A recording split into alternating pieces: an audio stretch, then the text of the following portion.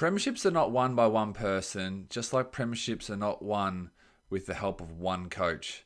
A coaching group is integral to the success of a team, and I think it's time that football recognises assistant coaches and development coaches and what they do and the true impact they have on a playing group achieving the ultimate success.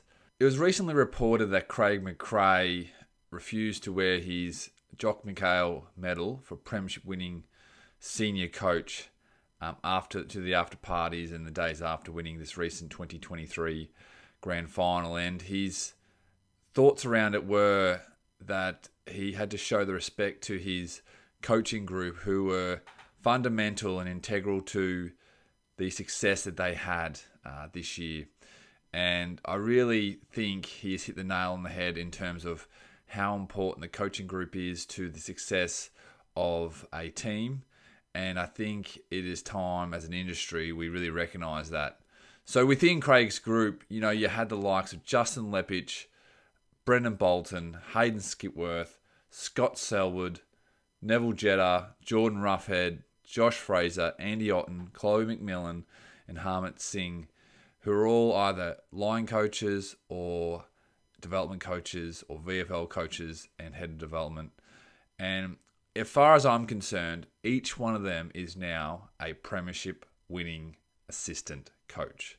Not senior coach, assistant coach.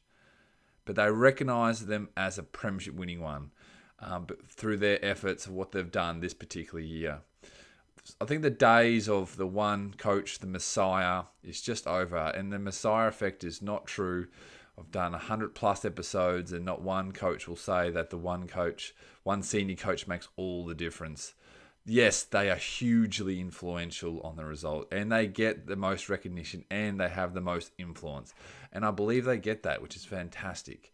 You only have to look to the pay packet that they receive, that they are truly recognised by their club. But there's no doubt, a defensive coach is the one teaching the defensive tactics in the back line, the crafts, how to defend, how to spread, how to set the ground up.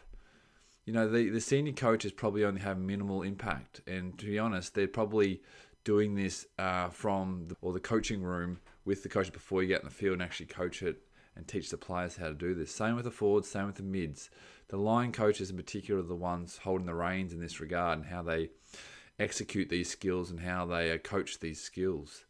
The head coach is really overseeing this and overseeing the whole program and managing the people beneath him. And in this case, Craig McRae's got 10 coaches beneath him, which in itself is a really big job, and that's why he's recognised so highly. But each individual coach here, from Josh Fraser as the VFL coach, developing all those players coming through, many of the players in his team today would have started as VFL players at some point in their career, and now they're holding a medallion around their neck. Look at Mason Cox when he started his journey. There would have been a development coach teaching him how to kick. Wouldn't have been the head coach at the time, which would have been Nathan Buckley. It would have been a development coach sorting him out. And just while on Nathan Buckley, as far as I'm concerned, he was a part of the 2010 Premiership at Collingwood with Mick Moldhouse. He was a line coach, assistant coach. And in my mind, he's a Premiership winning assistant coach.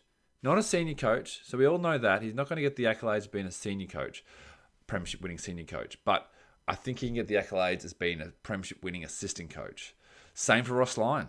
2005 Sydney Premiership. He was a part of that as a line coach. Again, I don't think we give them too much praise. It's still assistant coach, but I think it upgrades from what they are now as being seen as never winning a premiership. As far as I'm concerned, Buckley has won a premiership as an assistant coach.